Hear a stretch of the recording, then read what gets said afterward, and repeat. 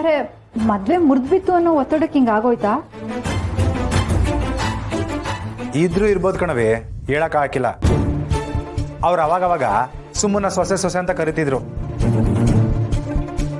ಅಯ್ಯೋ ಶಿವನೇ, ಆಸೆ ಇದ್ರು ತ್ಯಾಗ ಮಾಡಿದವಳ ಥರ ನಾಟಕ ಮಾಡ್ತಿದ್ಲು ಏನೋ. ಇಲ್ಲ ಪುಟ್ಟಕ್ಕ, ಹಂಗೇನಾರ ಇದ್ದಿದ್ರೆ ಅವಳೆ ಮುಂದೆ ನಿಂತ್ಕೊಂಡು ಸುಮಾ ಸಚಿನ್ ಲಗ್ನ ಮಾಡಿಸು ಅಂತ ಯಾಕೆ ಹೇಳ್ತಿದ್ಲು?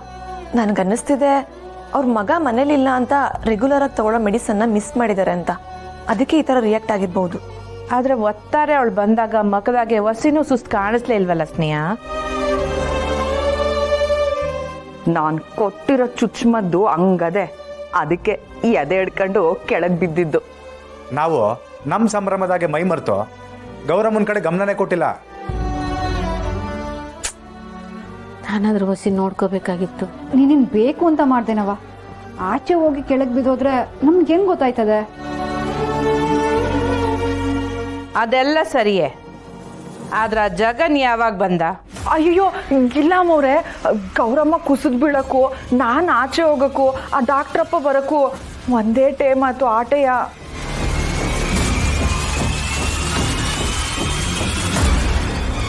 ಏಯ್ ಮನ್ಯಾಳೆ, ಇದ್ರಾಗ ನಿಂದೇನು ಕೈವಾಡ ಇಲ್ಲ ತಾನೆ? ಅಯ್ಯಯ್ಯೋ ನಮ್ಮ ಅವನಾಣೆ, ನೀವೆಲ್ಲ ಬರೋಕ್ಕೆ ಒಂಚೂರು ಮುಂಚೆ ಆಟೆಯ ನಾನು ಅಲ್ಲಿ ಹೋಗಿದ್ದು. ಅವ್ರು ಕುಸಿಬಿದ್ದಾಗ ನಾನು ಅಮ್ಮವ್ರೆ ಅಂತ ಕೂಕೊಂಡೆ, ನಿಮ್ಗೆ ಯಾರಿಗೂ ಕೇಳಲಿಲ್ಲ. ಅಮ್ಮರೇ, ಸುಮ್ಕೆಂಗೆ ನಾವು ಮಾತಾಡ್ಕೊಂಡು ನಿಂತ್ರೆ ಏನು ಪ್ರಯೋಜನ ಇಲ್ಲ. ಆಸ್ಪತ್ರೆಯಲ್ಲಿ ಅವಳಿಗೆ ಏನಾಗದೋ ಏನೋ. ನಾನು ಹೋಗಿ ಬರ್ತೀನಿ. ಅಯ್ಯ ಪುಟ್ಟಕ್ಕ ನಿಂತ್ಕ. ಆ ಜಗನ್ ಆಡಿದ ಮಾತು ಕೇಳಿದ್ರೆ ಅವ್ನು ನಮ್ಮ ಯಾಕೆ ತೆಪ್ಪ ತಿಳ್ಕೊಂಡಿರಂಗೈತೆ. ಈ ಸಮಯದಾಗೆ ನೀನು ಆಸ್ಪತ್ರೆಗೆ ಹೋಗೋದು ಸರಿ ಇರಕ್ಕಿಲ್ಲ ಪುಟ್ಟಕ್ಕ. ಆ ಹುಡುಗ ಊರ್ಗೆ ಹೋದಾಗ ನಮ್ಮ ಅವನ್ನ ಸರಿಯಾಗಿ ನೋಡ್ಕೊಳ್ಳಿ ಅಂತ ಹೇಳಿದ್ದ. ನಾನು ಕೆಲಸದ ಒತ್ತಡದಾಗೆ ಆ ಕಡೆ ಗಮನ ಕೊಡೋಕ್ಕಾಗಲಿಲ್ಲ. ಅದಕ್ಕೇನಾರ ಕೋಪ ಮಾಡ್ಕೊಂಡವನೋ ಏನೋ. ಅಪ್ಪ, ಕೋಪದಾಗಿರೋ ಮನುಷ್ಯರ ಮುಂದೆ ಹೋದ್ರೆ ಅವ್ರ ಕೋಪ ಇನ್ನೂ ಹೆಚ್ಚಾಯ್ತದೆ. ಆದರೂ ಇಂಥ ಸ್ಥಿತಿನಲ್ಲಿ ಅವಳು ಒಬ್ಬಳನ್ನೇ ಬಿಡೋಕ್ಕಾಯ್ತದೆ?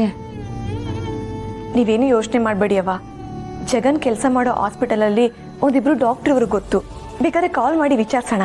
ಹೌದವ, ಅಲ್ಲೊಂದಿಬ್ರು ಡಾಕ್ಟರ್ ನಂಗೆ ಗೊತ್ತಿರೋರವ್ರೆ, ನಾ ವಿಚಾರಿಸ್ತೀನಿ ಇರು. ಇವ್ರು ಹೇಳ್ತಿರೋದು ಸರಿಯಾಗೈತೆ ಪುಟ್ಟಕ್ಕ. ಮೊದಲು ಇವ್ರು ವಿಚಾರಿಸ್ಲಿ, ಆಮ್ಯಾಗ ದಿಟ್ವಾಗ್ಲೂ ಇವನನ್ನ ತೊಂದರೆ ಇದ್ರೆ ನಾವೆಲ್ಲರೂ ಆಸ್ಪತ್ರೆಗೆ ಹೋಗುಮ್ಮ. ಅದು ಯಾಕೇನೋ ನನ್ನ ಮನಸ್ಸು ತಡೀತಾ ಇಲ್ಲ ಅಮ್ಮವ್ರೆ. ಗೌರವಂಗೆ ಯೋನು ಆಗಕ್ಕಿಲ್ಲ ಪುಟ್ಟಕ್ಕ, ದಿಗ್ಲು ಬೀಳ್ಬೇಡ.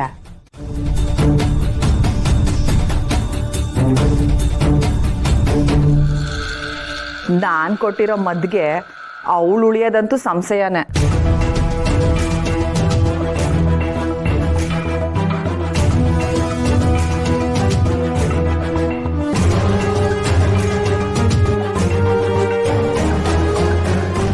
ಅಪ್ಪ,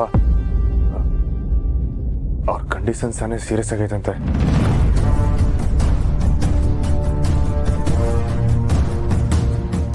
ಉಳಿಯೋ ಸಾಧ್ಯತೆ ಕಡಿಮೆ ಅಂತ ಹೇಳ್ತವ್ರೆ.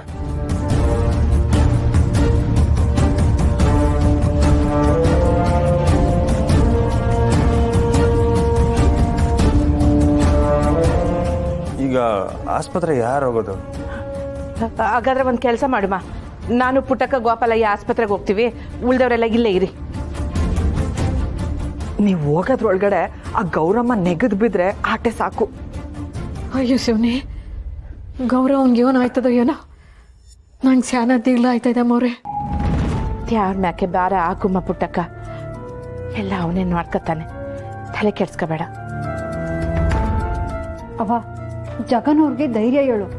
ಒಂದ್ ಪಕ್ಷ ಅವ್ರು ಏನಾದ್ರು ಕೋಪ ಮಾಡ್ಕೊಂಡ್ರೆ ನೀನ್ ಯೋನು ಗ್ಯಾಸ್ನ ಮಾಡ್ಕೋಬೇಡ. ಸರಿ ಕಣವಿ, ನಾವು ಹೋಗಿ ಬರ್ತೀವಿ. ಮೆಸ್ ಕಡೆ ಗಮನ ಕೊಡಿ. ಅಯ್ಯೋ ಪುಟ್ಟಕ್ಕ, ನಾನಿರ್ಬೇಕಾದ್ರೆ ನೀನ್ ಯಾಕೆ ಚಿಂತೆ ಮಾಡ್ತೀಯಾ? ನೀನ್ ಹೋಗ್ಬಾ, ನಾನು ಎಲ್ಲ ನೋಡ್ಕೊತೀನಿ. ನೀನಿರೋದೇ ನಮಗೆ ಚಿಂತೆ. ಇಲ್ಲಿದ್ದು ಏನು ಕಿತಾಪತಿ ಮಾಡಿದೆ, ಮೆಸ್ನಾಗ ಏನು ಕೆಲಸ ಐತೆ ನೋಡು. ಯೋ ಸುಮ್ಕೆ ಹೋಗ್ಬಾ. ಸರಿ ನಡೀರಿ ನಡೀರಿ ಹೋಗುವ.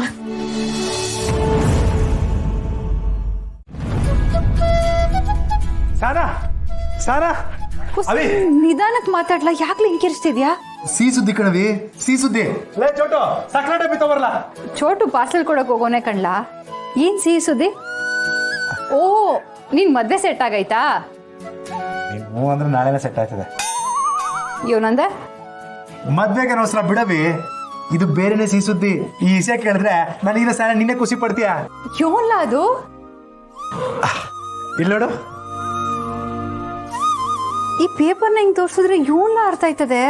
ಅವಿ ನಿನ್ ಕನ್ಸು ನನ್ಸಾಯ್ತು ಕಣವಿ. ನಾವು ರೈಲ್ವೆ ಗುತ್ತಿಗೆಗೆ ಅಪ್ಲೈ ಮಾಡಿದ್ವಲ್ವಾ, ಅದು ನಮ್ಗೆ ಸಿಕ್ಕತ್ತೆ. ಇಲ್ಲಿ ನೋಡು. ತಿಟ ಯೋನ್ಲ? ಅವಿ ಈ ಇಷ್ಟಾಗ ಯಾರ ಸುಳ್ಳು ಹೇಳಕ್ ಆಯ್ತದ? ಆ ಗುತ್ತಿಗೆ ನಮ್ಗೆ ಸಿಕ್ಕೈತೆ, ಅದ್ರದ್ದೇ ಪೇಪರು.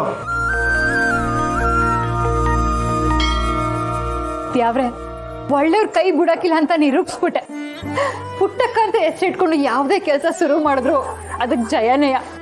ಅವಿ ನಾನು ಈಗಲೇ ಬೇಕರಿಗೆ ಹೋಗಿ 2 kg ಸ್ವೀಟ್ ತಗೊಂಡು ಮನೆಯವ್ರಿಗೆ ಊರವ್ರಿಗೆ ಎಲ್ರಿಗೂ ಹಂಚ್ಬಿಡ್ತೀನಿ.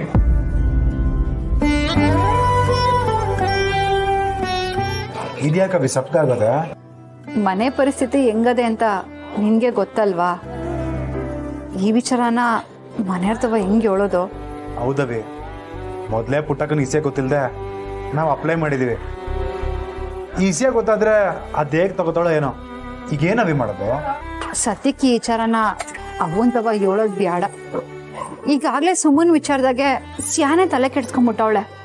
ನಾನು ಅವಳ ಮಾತ್ ಮೀರಿ ಈ ಕೆಲಸ ಶುರು ಮಾಡೀನಿ ಅಂತ ಗೊತ್ತಾದ್ರೆ ಮನ್ಸಕ್ ಸ್ಯಾನೆ ನೋವಾಯ್ತದೆ ಕಣ್ಲಾ. ಬೇಡ ಕಣವಿ, ಸಮಯ ಬಂದಾಗ ಇಸೆ ತಿಳಿಸಿದ್ರೆ ಆಯ್ತು. ಕಣ್ಮುಂದೆ ಸಂತೋಷ ಇದ್ರು ಸಂಭ್ರಮ ಪಡೋ ಪರಿಸ್ಥಿತಿ ಇಲ್ಲ. ಇರ್ಲಿ, ಒಂದಲ್ಲ ಒಂದಿನ ಸಂಭ್ರಮ ಪಡೋ ದಿನ ಬಂದೇ ಬರ್ತದೆ.